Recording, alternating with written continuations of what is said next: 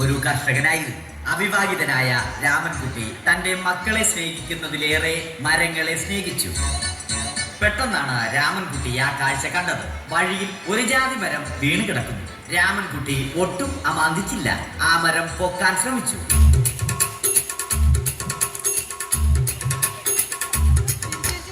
നടക്കുന്നില്ല. പിന്നെയും പിന്നെയും പൊക്കാൻ ശ്രമിച്ചു.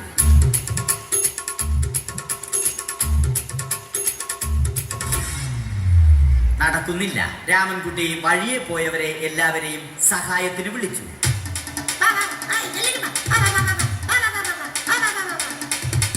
ആരും വന്നില്ല. അവസാനം കുടുംബശ്രീ യൂണിറ്റിൽ തൊഴിലുറപ്പിന് പോകുന്ന പെണ്ണുങ്ങളെ സഹായത്തിന് വിളിച്ചു.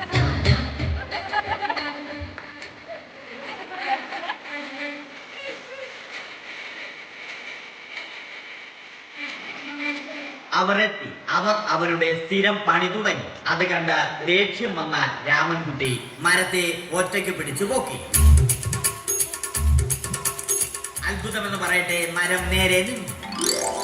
ഇത് കണ്ട തൊഴിലുറപ്പ് പെണ്ണുങ്ങൾ രാമൻകുട്ടിയോട് നോക്കുകൂലി ആവശ്യപ്പെട്ടു.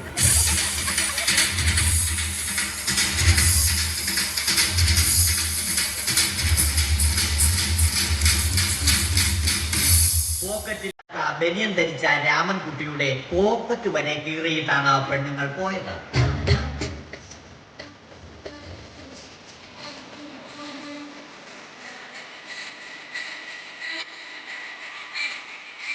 രാമൻകുട്ടി പിന്നീട് ഒന്നും ആലോചിച്ചില്ല. മരത്തിന് ഫാക്ടം പോസ് 2020 സെപ്റ്റംബർ 14 നൽകി. മരം തഴച്ചു വളർന്നു. ഇത് കണ്ട് രാമൻകുട്ടിക്ക് സന്തോഷം വന്നു. സന്തോഷം വന്നാലും ദുഃഖം വന്നാലും രാമൻകുട്ടിക്ക് മരത്തിനു ചുറ്റും ഡാൻസ് കളിക്കുക എന്നുള്ളത് രാമൻകുട്ടിയുടെ മാസ്റ്റർ പീസായി. ആ മാസ്റ്റർ പീസ് രാമൻകുട്ടി ഇവിടെയും എടുത്തു.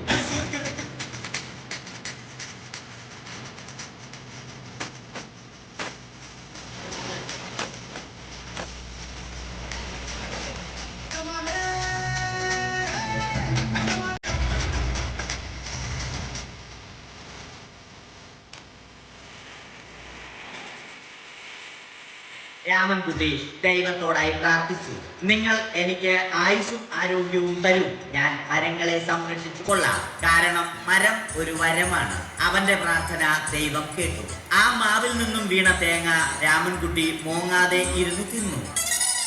അപ്പോഴാണ് രാമൻകുട്ടി മറ്റൊരു കാഴ്ച കണ്ടത്. രാഘവൻ വരുന്നു.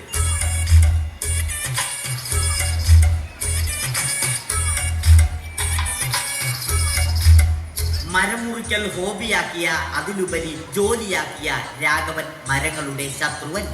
മരങ്ങൾ മുറിച്ച് ഫർണിച്ചർ പണിയുന്നത് തെറ്റൽ. അവനെ ഇതിൽ നിന്നും പിന്തിരിപ്പിക്കണം. അവർ തമ്മിൽ ഒന്നും രണ്ടും പറഞ്ഞു. സംസാരം മൂത്ത് വാക്കേറ്റമായി. അത് പിന്നെ അടിയിൽ കലാശിച്ചു.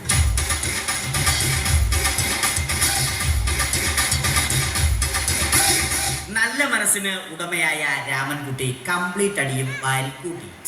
ഒടുവിൽ രാമൻകുട്ടി സർവ്വധൈര്യവും സംഭരിച്ച് രാഘവനോടായി അലറി. മനസ്സലിഞ്ഞ രാഘവൻ രാമൻകുട്ടിയെ അരികിൽ വിളിച്ചു. കൈവാക്കിന് കിട്ടിയ രാമൻകുട്ടിയെ രാഘവൻ ഒട്ടിറൊട്ടിയാക്കി മരത്തിലൊട്ടിച്ചു.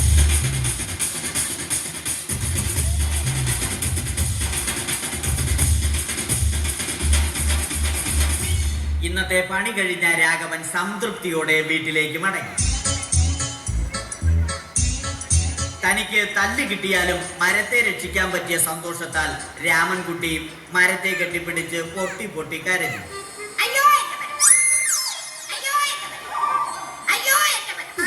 കാരണം മരം ഒരു വരമാണ്. കെട്ടിപ്പിടിക്കൽ ഏറ്റുവാങ്ങിയ മരം നാണം കൊണ്ട് ചില്ലകൾ താഴ്ത്തി. മരത്തെ രക്ഷിച്ച ക്ഷീണത്തിൽ രാമൻകുട്ടി മരച്ചുവട്ടിലിരുന്ന് ഉറങ്ങിപ്പോയി. പെട്ടെന്നാണ് അത് സംഭവിച്ചത്. പ്രകൃതി അതിന്റെ തനി കോണം കാണിച്ചു തുടങ്ങി. മഴയും കാറ്റും ഇടിയും വന്നു. അതോടൊപ്പം കോളും വന്നു.